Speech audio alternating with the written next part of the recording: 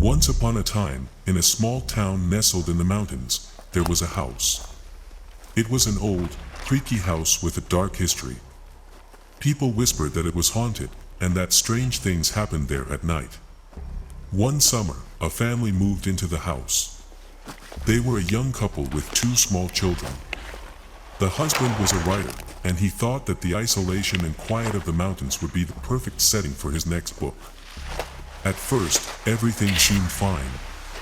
The family settled into their new home, exploring the woods and enjoying the fresh mountain air.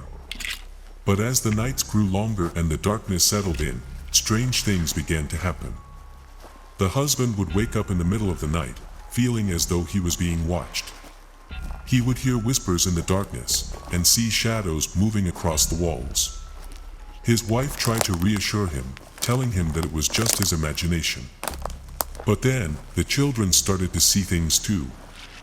They would wake up screaming in the middle of the night, claiming that they had seen a ghost in their room.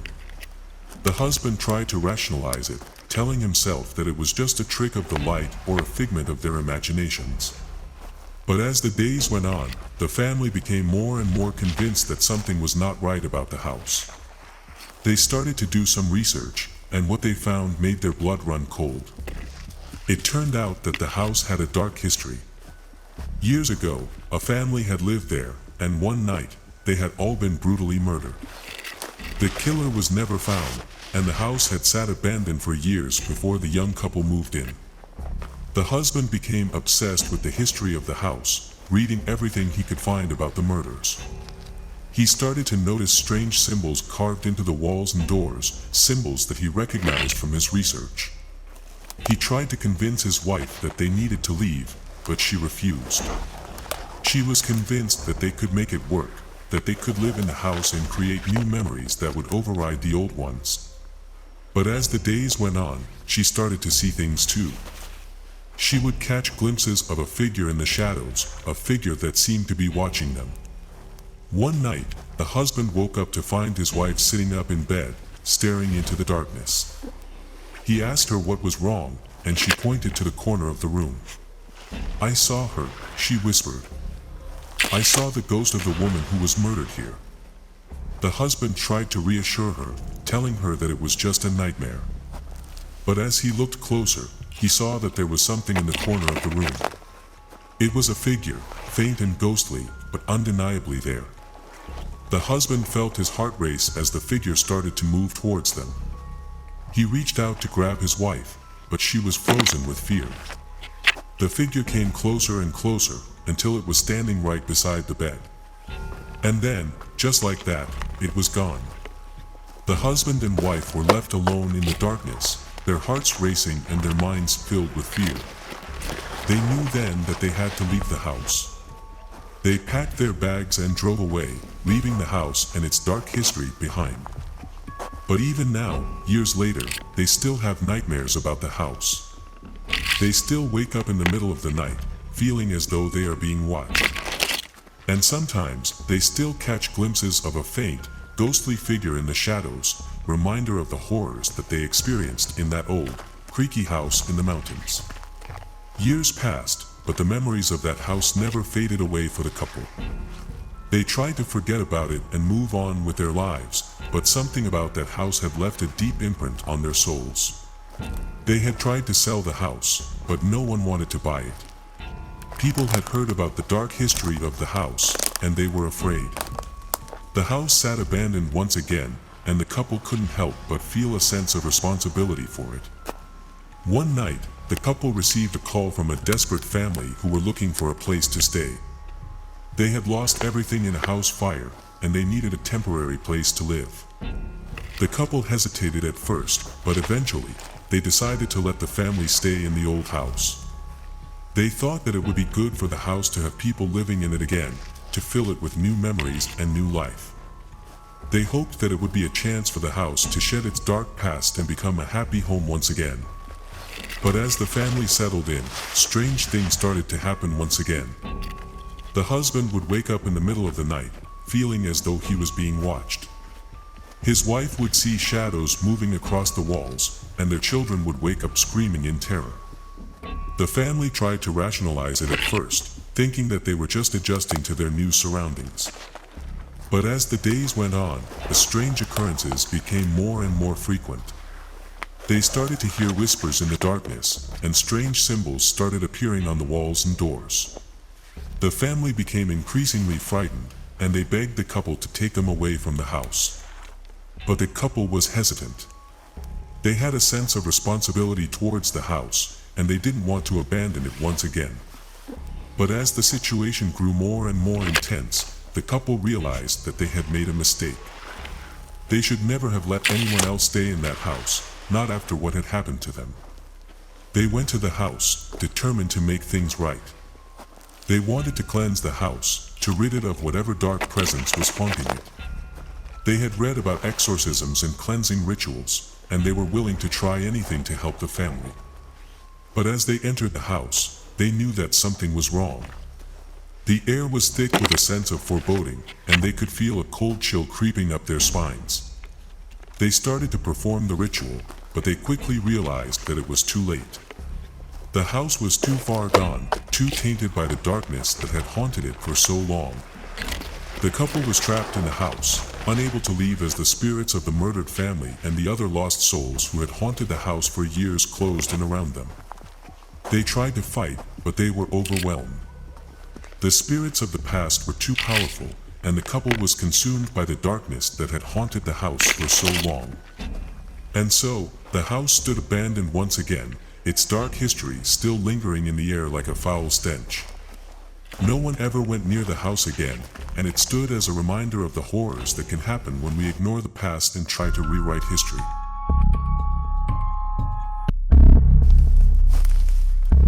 The haunted school. Lila had heard rumors about the old school before she started her senior year. People whispered about strange noises and ghost sightings. But Lila didn't believe in ghosts. She thought it was just a silly story that people used to scare each other. On her first day of school, Lila was surprised to find out that her homeroom class was in the oldest part of the school. The classroom had creaky wooden floors and faded yellow walls. The windows were covered in dust and spider webs, and the air smelled musty. Lila tried to ignore the eerie feeling she had as she took her seat in the front row. But as the day went on, she couldn't shake the feeling that she was being watched. She felt a chill run down her spine as she heard a strange whisper in her ear. "Get out of here." Lila looked around, but there was no one there. She thought it was just her imagination playing tricks on her. But as the days went on, strange things started to happen.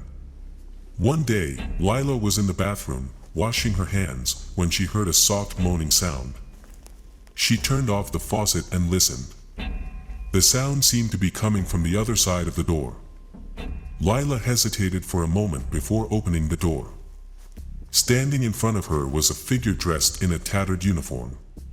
Its face was pale and gaunt, and its eyes glowed with an eerie light.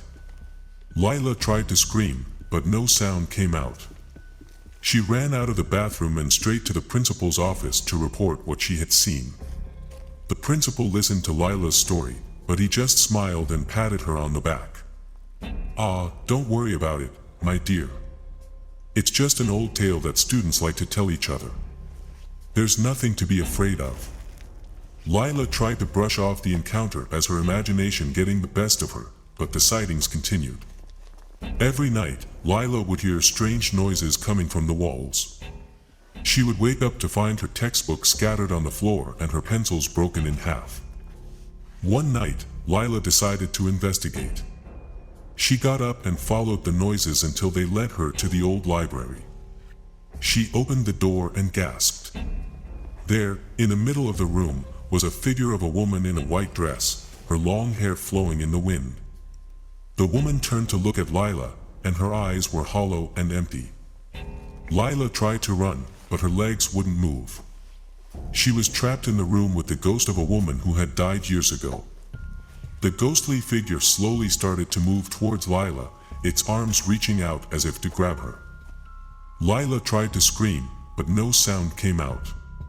She closed her eyes and prayed for the nightmare to end. When Lila opened her eyes again, she was lying on the floor of the library. She got up, her heart racing, and ran out of the school. She never went back. Years later, Lila returned to the school. It had been renovated and looked completely different. But as she walked through the halls, she could feel the ghostly presence still lingering. She walked into her old classroom and saw the ghost of the woman in the white dress sitting at her desk. Lila took a deep breath and walked up to the ghost. The ghostly figure looked up and smiled at Lila. It vanished into thin air, leaving Lila with a sense of closure and a newfound respect for the paranormal.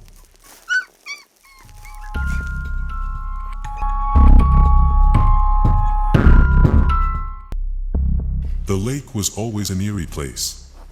It was surrounded by dense forests and tall, dark cliffs that seemed to loom over it, casting long shadows on the water below.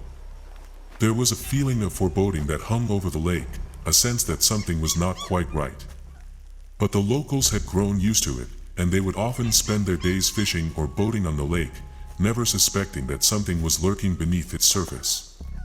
One summer, a family moved into a small cabin near the lake. They were looking for a peaceful getaway from the city, and the lake seemed like the perfect place to spend their vacation. The father, Tom, was a writer, and he saw the lake as a source of inspiration for his work. The mother, Sarah, was a teacher, and she wanted to spend time with their two children, Jake and Emily. The family settled into their cabin and spent their days exploring the lake and the surrounding woods. They were having a wonderful time, but they soon began to notice that there was something strange about the lake. At night, they would hear strange noises coming from the water, as if something was swimming just beneath the surface. And sometimes, they would see ripples on the water, even when there was no wind. Tom dismissed these occurrences as the imagination of an overactive mind. But Sarah was more concerned. She had a feeling that something was not right, and she didn't want to put her family in danger. She urged Tom to leave, but he refused, insisting that there was nothing to be afraid of. One evening, after dinner, the family went down to the lake to watch the sunset. The sky was a deep shade of orange, and the water shimmered in a fading light. As they stood there, they heard a strange, mournful cry. It was a sound unlike anything they had ever heard before, a wailing that seemed to come from the depths of the lake. The family was frightened, and they quickly made their way back to the cabin. But that night, as they lay in their beds, they heard the cry again, louder this time. And then they heard something else, a scratching at the door. Tom got up to investigate, but he found nothing. He dismissed it as an animal, but Sarah knew that it was something more. The next day, the family decided to go out on the lake in their boat. They were hoping to take their minds off the strange occurrences of the night before. But as they were boating, they saw something that made their blood run cold. Just beneath the surface of the water, they saw a pale, ghostly figure. It was a woman, dressed in a long, flowing dress, with long, dark hair that trailed behind her. She was swimming towards them, her eyes fixed on the boat. The family was terrified, and they quickly turned the boat around, hoping to get away from the ghostly figure. But the woman was relentless. She followed them, swimming faster and faster, until she was almost upon them. And then she vanished, disappearing beneath the water. The family returned to their cabin, shaken by what they had seen. They knew now that there was something truly frightening about the lake, something that they couldn't ignore. That night, as they sat by the fire, they heard the cry again. And then they heard something else, a tapping at the window. They looked outside, but they saw nothing. Over the next few days, the family tried to find out more about the ghostly figure they had seen. They talked to the locals, and they discovered that there was a legend about the lake. It was said that a woman had drowned in the lake many years ago, and her ghost still haunted its waters. The family was disturbed by this revelation. They had always felt that there was something unsettling about the lake, but now they knew that their fears were not unfounded. They decided to investigate the legend further, hoping to find a way to lay the woman's spirit to rest. They learned that the woman's name was Alice, and that she had drowned in the lake over a century ago. She had been engaged to a wealthy businessman, but her family had disapproved of the match. They had arranged for her to marry someone else, and Alice had been heartbroken. On the day of her wedding, she had gone for a swim in the lake, and she had never returned. Her body was never found, but her ghost had been seen on the lake ever since. The family was determined to put an end to Alice's torment. They consulted with a local medium, who told them that the only way to lay Alice's spirit to rest was to find her body and give her a proper burial. The family decided to search the lake, hoping to find some clue as to where Alice's body might be. They spent days diving in the lake, searching for any sign of Alice. They found old pieces of clothing, scraps of jewelry, and even a few bones, but they could not find Alice's body. They were about to give up hope when they noticed something unusual on the lake bed. It was a small, dark shape, almost hidden by the mud and silt. They swam down to investigate, and they realized that it was a small, metal box. They brought the box to the surface, and they opened it. Inside, they found a letter, written in Alice's hand. It was a desperate plea for help, a cry for someone to rescue her from her unhappy life. The family realized that Alice had not drowned by accident. She had taken her own life, unable to bear the pain of her broken heart. The family was devastated by the revelation, but they knew that they had to do what they could to help Alice. They contacted the local authorities, and they were able to arrange for a proper burial for Alice. They had her remains interred in the local cemetery, and they held a small, private ceremony to honor her memory.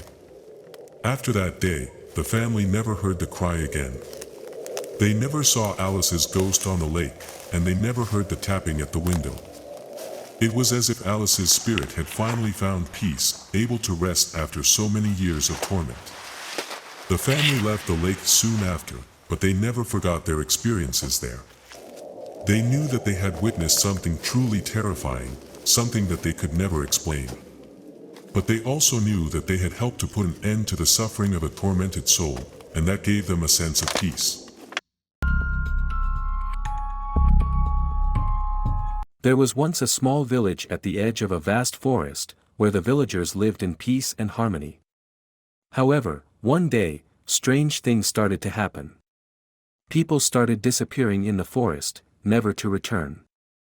The villagers were frightened and didn't know what to do. They sought the help of a wise old sage, who lived in a cave deep in the forest.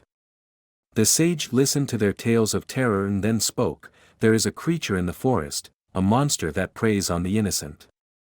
It is said that the monster can only be defeated by a person who is pure of heart and has the courage to face their fears." The villagers were desperate, so they sent out their bravest young man, a hunter named Jack, to face the monster and save their village. Jack was brave, but he was also very scared. Nevertheless, he ventured into the forest, armed with only his bow and arrow. Days passed, and there was no sign of Jack. The villagers grew more and more worried. Just when they had given up hope, Jack stumbled out of the forest, pale and shaking.